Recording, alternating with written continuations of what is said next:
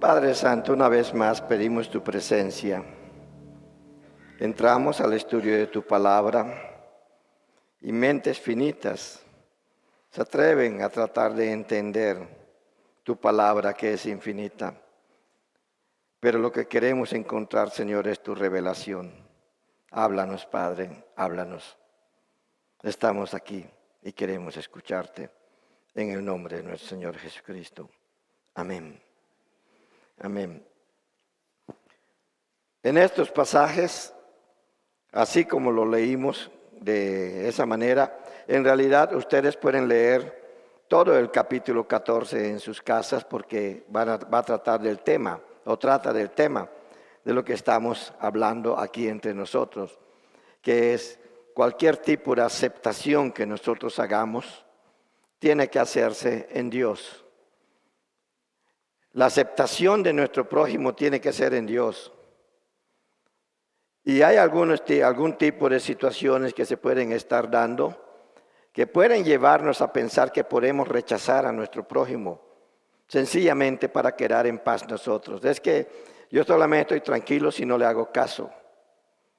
O yo solamente estoy tranquilo si ni lo veo, o ni lo saludo, o algo, lo que sea que se piense en ese sentido. Como cristianos y de acuerdo a los mandamientos de nuestro Señor Jesucristo, tengo que decirles, hermanos, no tenemos esa opción. No tenemos esa opción. La única opción que nos da nuestro Señor Jesucristo es la del amor. Por eso, la idea central que vamos a encontrar aquí en el capítulo 14, sobre todo en esta parte de la que leímos, es: no dejes que las diferencias de opinión o de posición de vida dañen tus relaciones con tu prójimo. Ya hablamos acerca de las relaciones. Ya hablamos acerca de las situaciones que puede estar pasando el ser humano, por lo cual se pueden romper relaciones. Ahora vamos a hablar el día de hoy nada más sobre lo que nosotros debemos de estar realmente haciendo aún en medio de esas situaciones, de cualquier situación, si realmente somos hijos de Dios. Debemos de pensar que todos los seres humanos fuimos formados de manera diferente. Somos diferentes. Por lo tanto, esa diferencia de vida, de contexto, otras realidades generan roces y hasta conflictos. Sí, como solemos decir muchas veces, cada cabeza es un mundo. No fuimos formados de la misma manera. El simple hecho de haber estudiado en lugares diferentes ya nos hace ver la misma ciencia hasta de una manera diferente. Por eso es que hay muchas ramas. En lo más en que podemos coincidir es que nuestra formación de vida haya sido en el mismo lugar, que hayamos participado de los mismos recursos sociales, aunque no los mismos recursos económicos. Usted va a encontrar que en las familias, las que están unidas, el comportamiento es el mismo en todos. Y si ven que el hijo está respetando al padre o a la madre, uno inmediatamente sabe que eso fue lo que ellos le enseñaron, porque esas cosas no se aprenden en ningún otro lado más que en el hogar. Fuimos formados de manera diferente. En esta enseñanza que Dios nos da aquí en el capítulo 14 de Romanos, Dios nos quiere mostrar que el que está frente a ti, aunque esté enojado contigo o aunque estés enojado con él o con ella, acuérdense de la enseñanza de la ira, no se ponga el sol sobre tu enojo. Pero lo que tienes que considerar es que aquel que está frente a ti no es tu enemigo. Ya el año pasado decíamos que el cristiano tiene un enemigo. ¿Se acuerdan? Y el único enemigo que tiene el cristiano se llama Satanás, Belcebú o como quiera llamarle. Es el único enemigo porque él quiere destruir tu vida. Es cierto que va a utilizar a los que no siguen a Dios para tratar de hacerte daño. pero tú tienes que ver quién es el que está detrás de esta persona. Esta es una introducción un poco larga, perdonen. Este mandamiento también nos muestra, es decir, el mandamiento es que aquella persona que está frente a ti no es tu enemigo, pero debes de amarlo. Debes de amarlo. No es fácil, pero tampoco vas a encontrar en la Biblia que amar a tu prójimo sea fácil. Y sabes que amar a Dios tampoco es fácil. Porque Dios te está pidiendo: no cometerás adulterio, no mentirás, no desearás la mujer de tu prójimo, no, honra a tu padre y a tu madre. Eso no es fácil, porque la carne quiere todo para sí. Y las emociones quieren manifestar lo que la carne está deseando, pero es el Espíritu el que está luchando. Por eso decía nuestro Señor Jesucristo: el Espíritu está dispuesto, tu espíritu. Está dispuesto porque es el que está en comunión con Dios. A ti como cristiano hablo. La verdadera aceptación es aquella que está revestida del amor de Dios. El que aceptas cuando aceptas a tu prójimo. Es una aceptación inteligente, no es al azar. No es porque me trató bien, porque tiene dinero, o me invitó al cafecito que me gusta tanto, o me invita a algo que tanto me entretiene. No es eso. No es eso. Es una aceptación inteligente, razonable, comprensiva, humilde del que es nuestro prójimo. Si no podemos nosotros reunir esas características cuando nos ponemos delante de alguien, va a ser difícil que nosotros estemos obedeciendo a Dios. Es no caer en los extremos. Es decir, aceptar todo sin una buena reflexión de lo que otros piensan o creen de algo. No, escúchalos. Tienen sus razones para pensar así. Tienen sus razones, pues, que pueden estar completamente engañados. Pero si tú tienes y conoces la verdad, entonces escúchalo.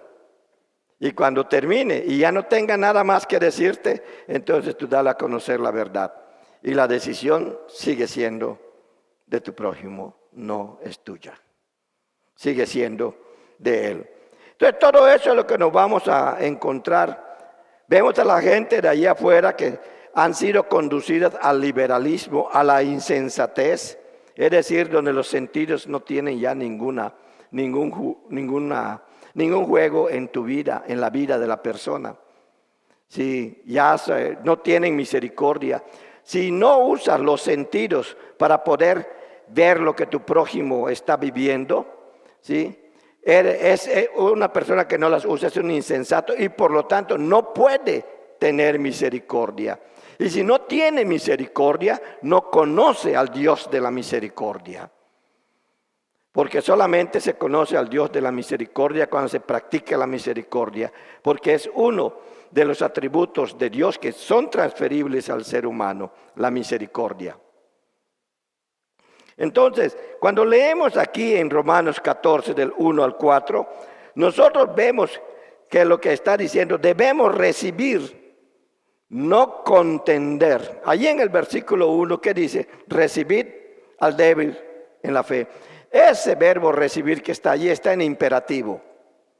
Cuando uno lo lee, cuando uno estudia los comentaristas que hablan acerca del comentario del griego en que fue escrito, se da cuenta que está en imperativo. Recibid no es una opción, es una orden. Recibid al débil en la fe. ¿Por qué alguien puede estar débil en la fe? Sencillamente porque no conoce, no entiende la verdad de Jesucristo.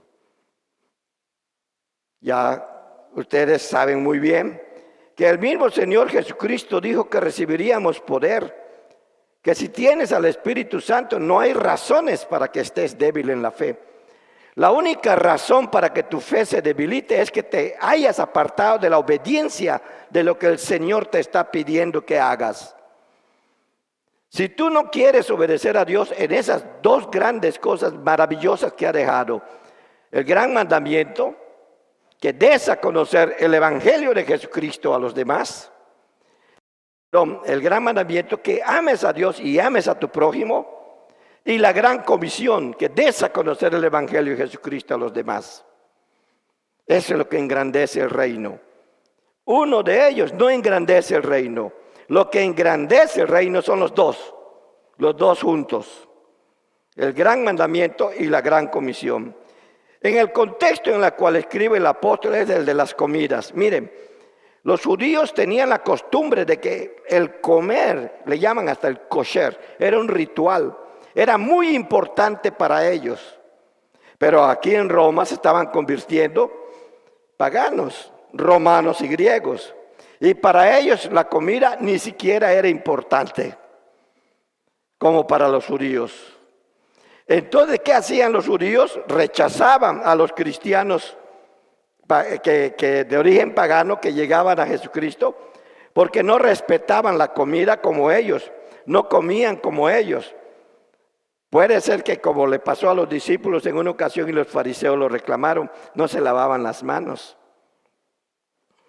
Ahora nos parece un sinsentido, pero hay que lavarse las manos, ¿verdad? Parece un sinsentido el no lavárselas, pero en aquel tiempo era lo más normal del mundo. ¿Y por qué se lavaban los pies?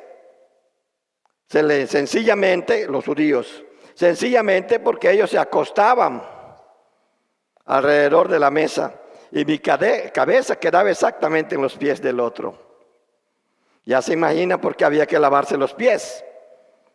Ahí estaban usualmente era sobre el brazo izquierdo, porque comían con la derecha. ¿Sí? Entonces aquí estaba el pie del otro. Por eso es que se lavan los pies. Había una razón, pero lo ritualizaron.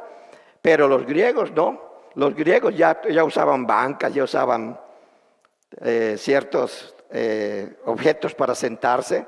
Las mesas eran bajas, pero también tenían sus objetos para sentarse. Entonces para ellos era completamente diferente. Entonces Pablo le tiene que decir a los judíos que rechazaban a estos griegos: recibid al débil en la fe. Entonces el débil en la fe aquí no es aquella persona que ha estado y que se debilita por desobedecer a Jesucristo. No está hablando de esos. El débil en la fe aquí es aquella persona que está comenzando. Es aquella persona que está comenzando. Los que se debilitan en la fe en la iglesia después de estar un tiempo en la iglesia son las personas que están desobedeciendo algunos de los mandatos de Dios. Porque si tienen al Espíritu Santo no hay razón para que se debiliten en la fe. Por eso es que tiene que decir, debemos recibir a esos débiles en la fe, pero debemos de saber identificarlos bien. Porque los otros lo que necesitan es disciplina. Y hay muchas partes en la Biblia. No estás estudiando. ¿Qué hacen los maestros con los que no estudian? En la escuela. Usted pasó por la escuela. ¿Sí? Los castigan. Haz 100 veces ahora la tarea, no una, 100. Para que la estudies. Por reflejar algo, ¿verdad? Dios así actúa también con nosotros. Por eso habla muy fuerte acerca de la disciplina en diferentes partes. Pero en este momento se está refiriendo a las comidas ceremoniales que era importante para los judíos, pero no era importante para los gentiles. Entonces le dice, no los desprecie, recíbelo. Ellos todavía no conocen cómo lo hacen ustedes. Lo han visto, pero no saben la razón por la que lo hacen. Entonces ellos aún necesitan incrementar y son débiles en la fe, no porque el Espíritu Santo no los fortalezca, sino porque aún tienen que entender el camino de la salvación, el Evangelio de Jesucristo, que ya hizo lo primero en sus vidas, que es convencerlo de justicia, de juicio y de pecado, y ahora necesita crecer. Es a los que se refiere aquí. Es a los que se refiere aquí y debemos de pensar en eso.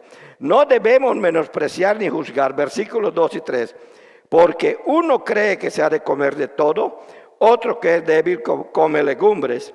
El que come no menosprecia al que no come, y el que no come no juzgue al que come, porque Dios le ha recibido. Otra vez, eso nos dice quién es el débil en la fe. No es cualquiera. No es un hermano de la iglesia, es alguien que está llegando allí. Entonces aquí de nuevo nosotros vemos que no es que sea el hecho de que algo no sea importante para uno, no significa que también no va a ser importante para otro. Puede ser que para ti algo no sea importante, o puede ser que para ti algo sea importante, aún no significa que también va a ser importante para tu prójimo. No significa eso. Y es lo que está diciendo el apóstol aquí. Lo hace con las comidas, pero en realidad se refiere a todo lo que es el comportamiento del ser humano en su medio social. Entonces, lo que sí es importante es que aquí hay algo que es nuevo y además, en algo que es nuevo se invita con empatía. Es decir, comprendiendo muy bien a tu prójimo por qué lo está haciendo, aunque no te guste. Pero invítale a hacer lo bueno, a hacerlo sano, a hacerlo saludable, a vivir la espiritualidad con empatía, no con juicio. Eso lo vamos a ver ahorita. Entonces no debemos menospreciar. Cuando se menciona lo que es el juzgar, no juzgue al que come. Aquí entre los hebreos, cuando se hablaba de juzgar, si se habla de acuerdo con los preceptos de la ley, la Torá, juzgar también significa condenar. Pero si se habla de juzgar de acuerdo a la gracia de nuestro Señor Jesucristo, únicamente significa establecer la diferencia entre el bien y el mal e invitar a la persona a seguir el bien. Jesús le dijo a la mujer que fue sorprendida en el mismo acto del adulterio: ni yo te condeno. Es decir, ¿hay juicio? ¿Sabía Jesús de que ella había hecho mal? Sí lo sabía, conocía la ley. Y la ley ordenaba, la ley no solamente juzgaba de que lo hacía, sino la mataba. Que eso era lo que fueron a hacer y por eso lo llevaron hasta los pies de nuestro Señor Jesucristo. La ley condena. La gracia te da la oportunidad de que puedas arrepentirte y acercarte a nuestro Señor Jesucristo y decirle: realmente la eché a perder. Señor, necesito que tú vengas a mí. Pero no porque te duele lo que hiciste, sino porque sabes que lo que hiciste no solamente está mal para tu vida y para los que te rodean, a los que tú dices amar, sino porque está mal y está ofendiendo a Dios. Entonces el que peca se hace daño a sí mismo y a los que le rodean. Eso es lo que ocurre. Pero nosotros no tenemos la potestad de condenar. Tenemos que señalar la diferencia entre el bien. Mira, hermano, mira, hermana, eso que hiciste no está bien. Y debes de arrepentirte. Pero la empatía, ¿en qué consiste?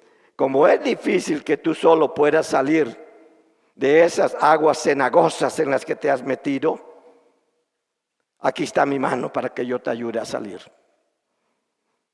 Y no, como se suele decir en un dicho, hacer leña del árbol caído. Eso no es disciplina, eso es condena. Y el Señor no nos está dando esa opción. No en este periodo. En este periodo. Ni Él mismo condena a la persona, le da la oportunidad del perdón.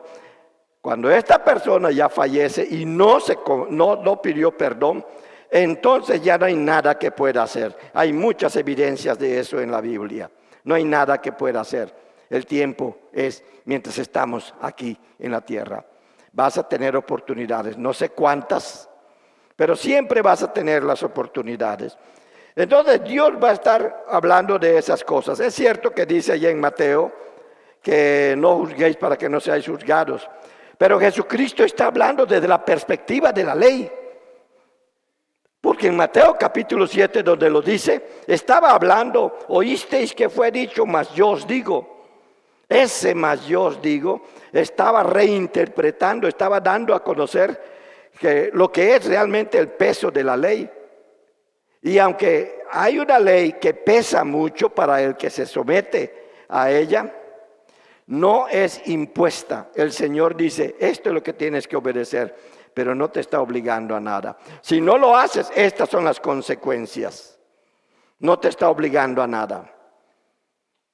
Y eres tú el que al final toma la decisión. Una de las cosas que me gusta encontrar en los evangelios es que Jesucristo, cada vez que hablaba, no le dejaba otra opción a la persona más que o aceptar o rechazar. Hubo quien se fue triste porque tenía muchas posesiones. Hubo quien agarró lo que tenía y dijo, la mitad lo voy a repartir entre los pobres y esto y lo otro. Y el mismo Señor se pone de pie y dice, hoy ha entrado la salvación a esta casa. Hubo quien dijo, deberíamos vender eso y recoger el dinero y darlo a los pobres. Hubo quien lo dijo. Pero oímos al Señor Jesucristo decir, a los pobres siempre los tendréis. Mas lo que esta mujer ha hecho será recordado por siempre. Entonces nosotros podemos ver eso. Debemos confiar en el juicio de Dios. El perdón no significa redención. La justicia sigue su curso cuando perdonas. El perdón no lo haces a veces por la persona, sino lo haces por ti mismo. Porque el perdón es lo que te trae paz. Y es lo que está diciendo aquí el apóstol cuando habla que debemos confiar en el juicio de Dios en el versículo 4. ¿Tú quién eres que juzgas al criado ajeno? Para su propio Señor está en pie o cae, pero estará firme porque poderoso es el Señor para hacerle estar firme. Hablando de tu prójimo, no lo condenes. Puedes juzgarlo, pero en el juicio que da la gracia, no en el juicio que da la ley. El juicio que da la ley condena a muerte. El juicio que da la gracia te da la oportunidad del perdón. Vete y no peques más. Ese es el juicio del que nos está hablando aquí Pablo. Ese es el juicio bajo el cual debemos de estar los cristianos. Vamos a juzgar al mundo, sí, pero diciéndole que ese está en esa situación por su pecado. Y que cuando dice, entonces, ¿qué hago? Como aquel que gritaba ante la predicación del apóstol, varones, hermanos, ¿qué hacemos?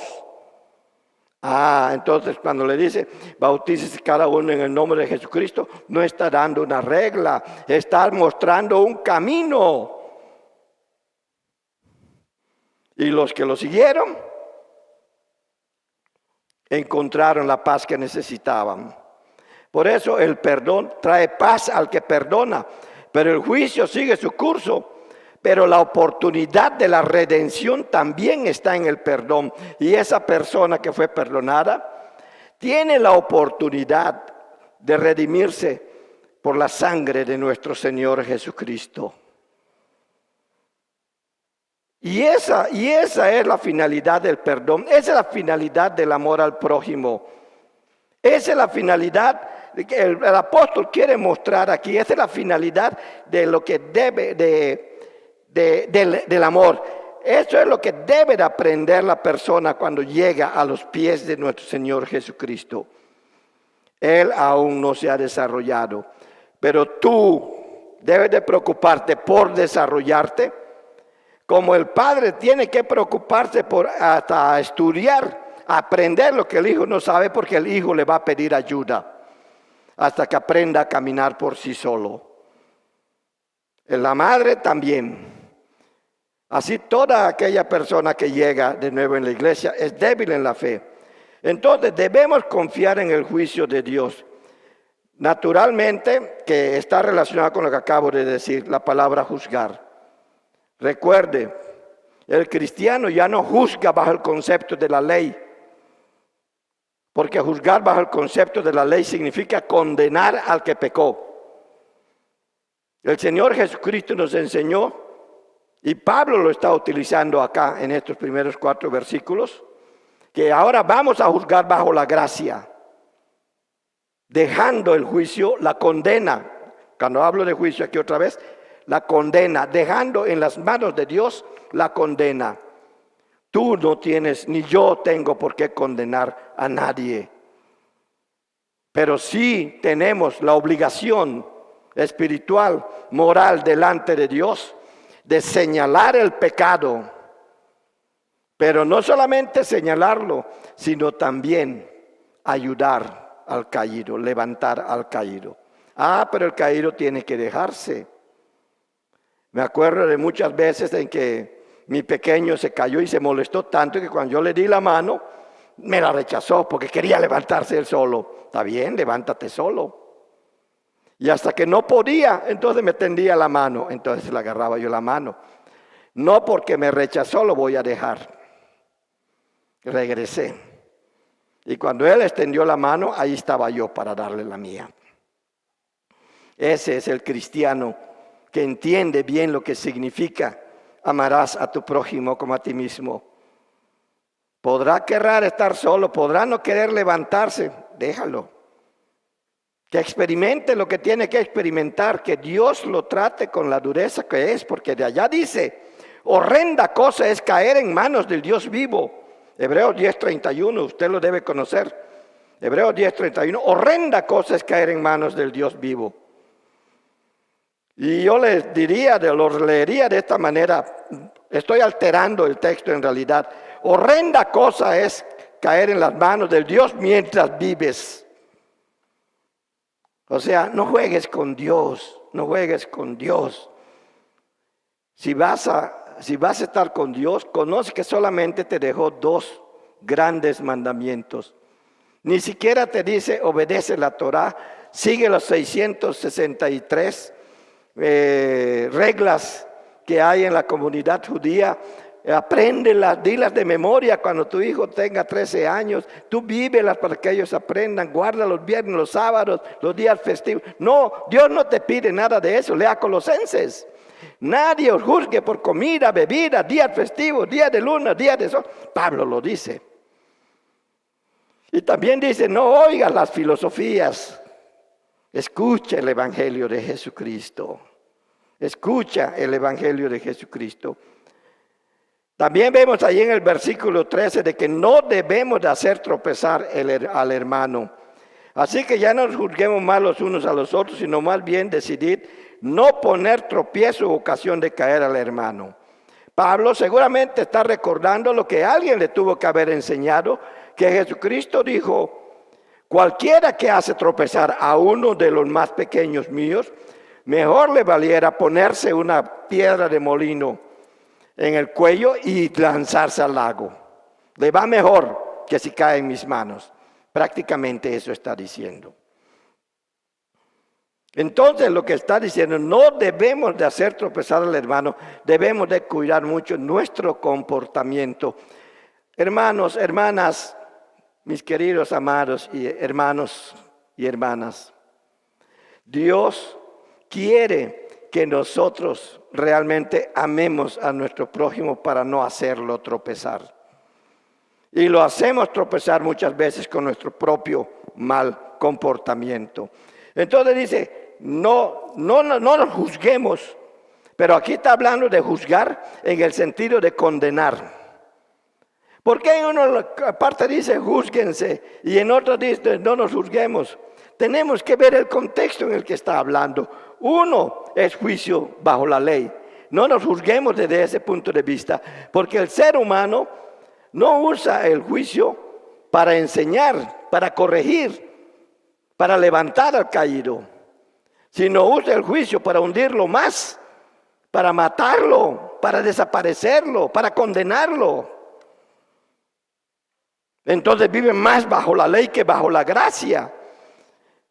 Y la Biblia nos enseña que desde que recibimos a Jesucristo como nuestro único y suficiente Salvador, debemos de andar bajo la gracia.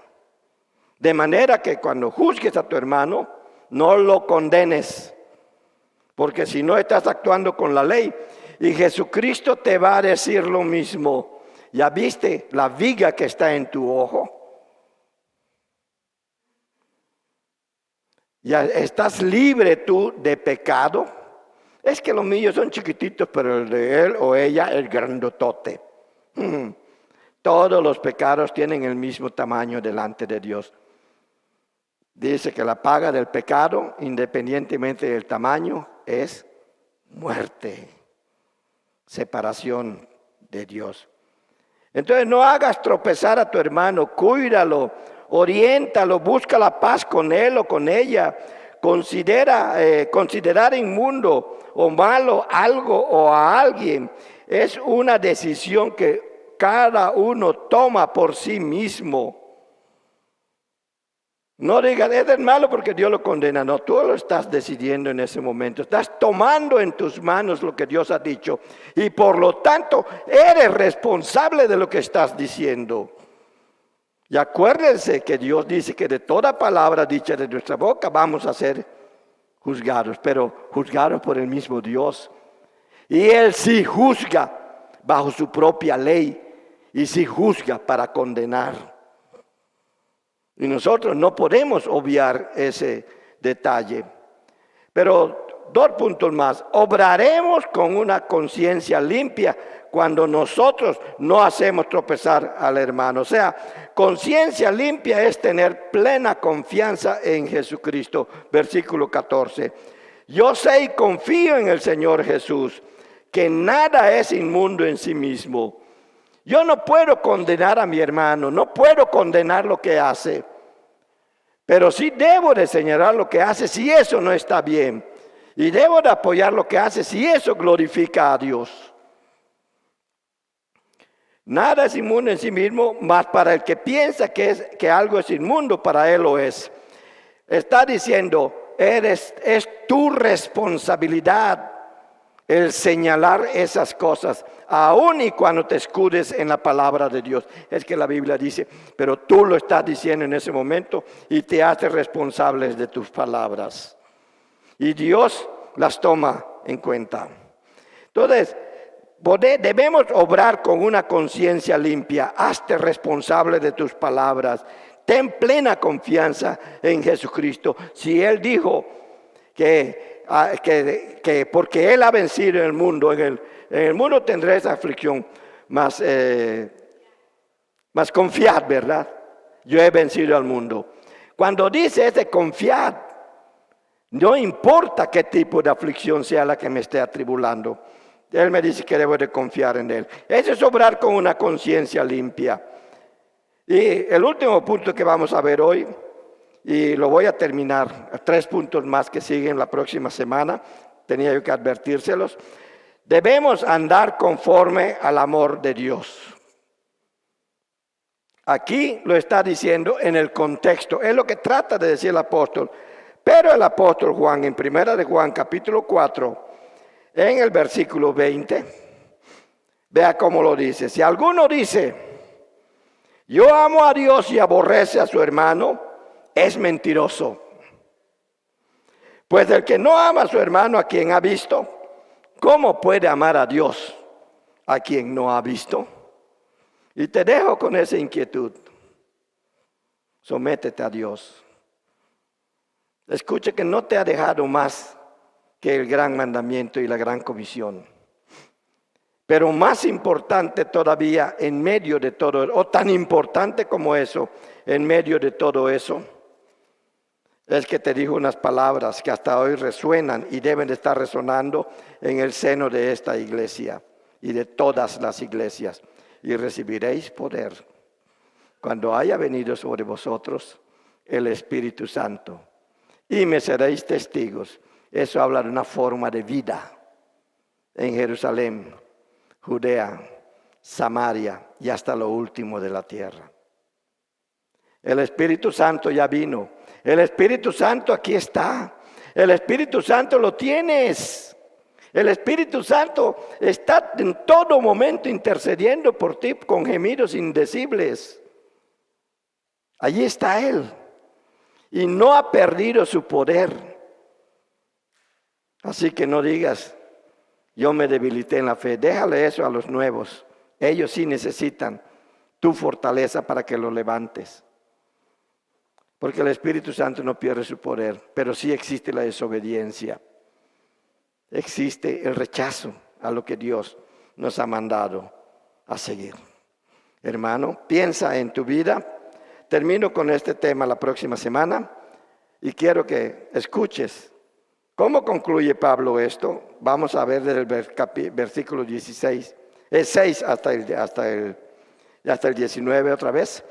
Y lo vamos a ver cuáles son los puntos que nosotros debemos de seguir para poder superar esas etapas en las que alguna vez o ya o más adelante caímos o vamos a caer.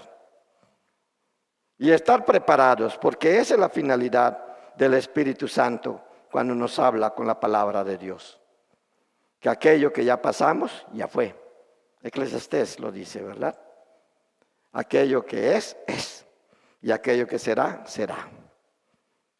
Pero debemos de estar preparados, sabiendo que lo que pasó, ya pasó y no olvidémoslo. Aprendamos y vivamos. Padre, gracias por tu palabra, por tu amor y por tu misericordia, por todo lo que tú nos estás dando y por toda la orientación que tu palabra le da a nuestra vida, para que vivamos vidas piadosas como tú las deseas, Señor. Gracias por esta palabra que tú nos das hoy. Gracias, Señor, en el nombre precioso de nuestro Señor Jesucristo. Amén.